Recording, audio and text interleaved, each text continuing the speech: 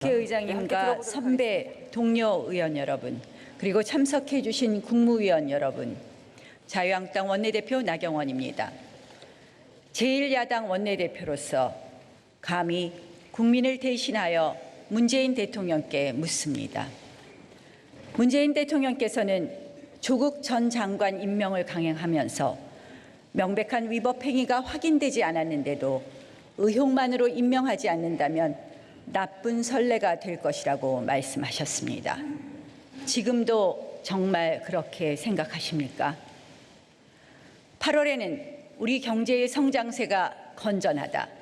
시정연설에서는 우리 경제가 현실하다고 강조했습니다. 경제가 좋다는 말 사실입니까? 평양에서 열린 무중계 무관중 축구 경기, 우리 선수들 신변이 위협당한 것 알고 있으십니까? 그것이 이 정권 대북 정책의 치적입니까? 최근 광화문과 서초동으로 민심이 찢겨진 현실을 묵도하고도 국론 분열이라고 생각하지 않는다고 말씀하셨습니다. 아직도 그렇게 생각하십니까? 대통령께서 응답해 주십시오. 이 자리에 계신 여당 의원들께서도 답해 주십시오. 변명과 궤변, 핑계, 남탓만을 하실 거라면 그런 답변은 듣고 싶지 않습니다. 어린 중학생 2명이 누구의 권유도 없이 광화문을 찾았습니다. 천안의 택시기사님은 새벽 1시 영업을 마치고 곧장 광화문으로 향했습니다. 밤새 농성하고 귀갓길이 막막한 시민들을 괜한 미안한 마음에 집까지 데려다주고 끝내 차비도 받지 않았습니다. 이 서슬퍼런 정권에서 혹시라도 불이익을 당할까 봐 복면과 마스크를 쓰고 집회를 찾은 이도 있습니다. 괜한 구설에 오를까 구태여 인근 서점에서 책을 한 권 샀다고도 합니다. 하지만 어떠한 불안함과 두려움도 광화문을 향한 국민의 발길을 막진 못했습니다. 광화문 10월 항쟁은 전문 시위꾼이 분위기를 몰고 화려한 무대와 치밀한 기획을 통해 억지로 만들어낸 가짜 광장, 가짜 민심이 아니었습니다.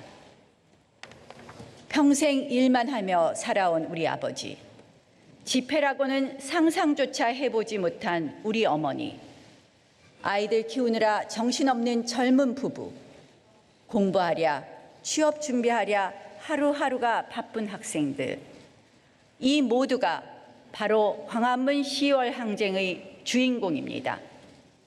이것은 평범한 국민의 위대한 저항입니다.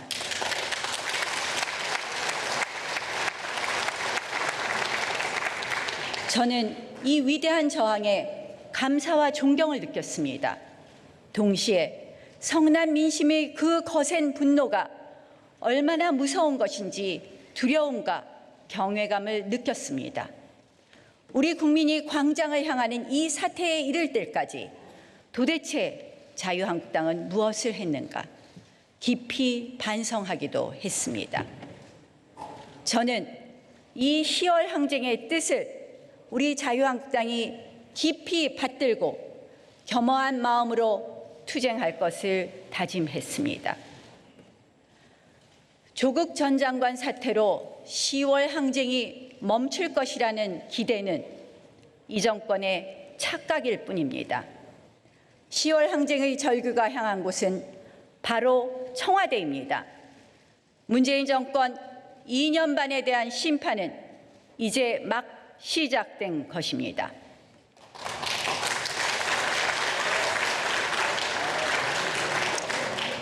(2017년 5월) 유례없는 헌정위기 속에 위태롭게 출범한 문재인 정권입니다.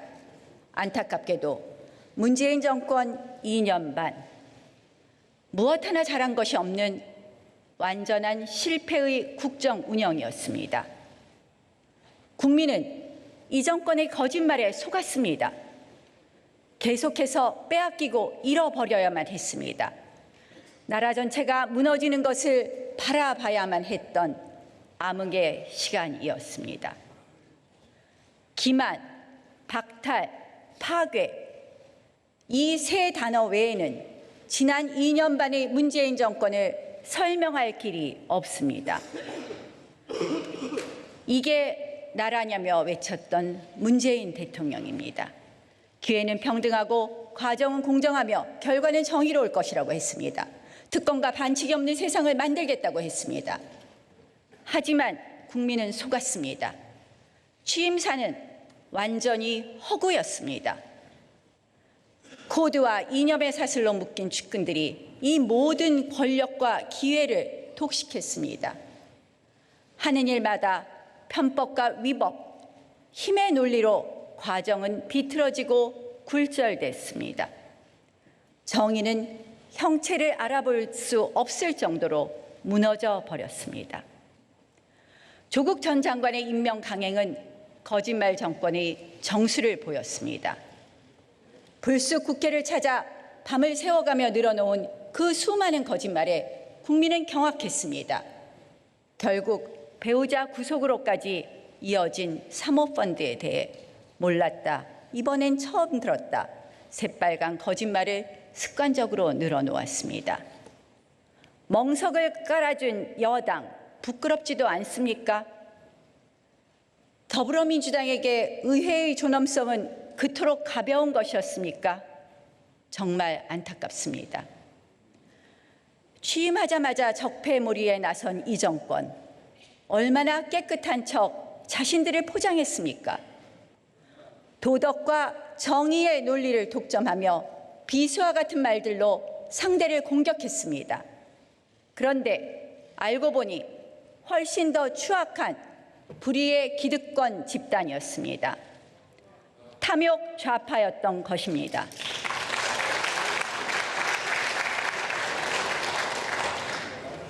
내로남불과 이중성은 더욱 치를 떨게 만듭니다. 본인들 자녀는 특먹고 자사고의 혜택을 누리게 하고 정작 국민들에게는 기회를 허락하지 않습니다.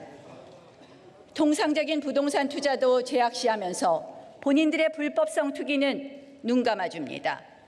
정치 보복의 칼을 휘두르는 검찰은 정의의 사도이고 나의 측근을 수사하는 검찰은 적폐가 되는 지긋지긋한 모습 앞에 천연덕스럽습니다. 정권 비판 태양광 다큐를 아예 방영조차 못하게 틀어막았습니다. 노골적인 언론 탄압, 공영방송 장악입니다.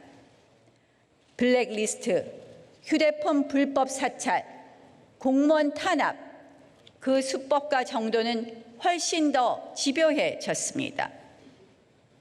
덜미가 잡히면 잡아떼고 부인합니다. 거짓말로 거짓말을 덮는 정권입니다. 국민은 완전히 속았습니다. 기만당한 국민의 실망과 상처는 이루 말할 수 없습니다. 문재인 대통령을 뽑은 내 손가락이 너무나도 원망스럽다는 말씀들을 하십니다. 하지만 끝끝내 사과 한마디 안 하는 뻔뻔한 정권, 염치 없는 대통령입니다.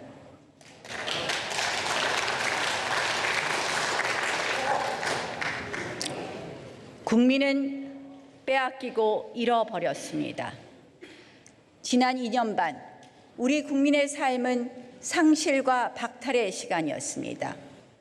이 정권의 무능, 무모, 무책임 정책들은 국민을 더 가난하고 초라하게 만들었습니다. 경제 성장을 그토록 자신했던 정권입니다.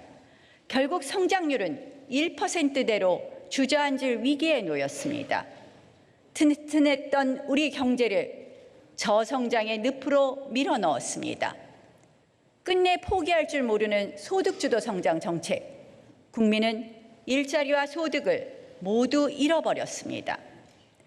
정부의 무분별한 개입으로 시장은 활기를 잃었고 자영업자는 손님을 잃고 절망을 떠안았습니다. 혈세를 쏟아부어 간신히 고용 분식에 성공했지만 3040 일자리는 24개월 연속 감소했습니다.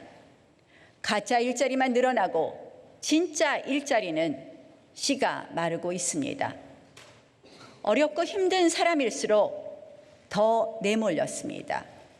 1분위 가구 처분 가등 소득은 6분기 연속 마이너스를 기록했습니다. 소득 격차는 역대 최악입니다. 대한민국이 중산층을 잃어가고 있습니다. 훌륭한 기업은 해외로 빠져나갑니다. 작년 해외 직접 투자액이 500억 달러에 육박했고 2분기는 150억 달러로 역대 최대를 기록했습니다.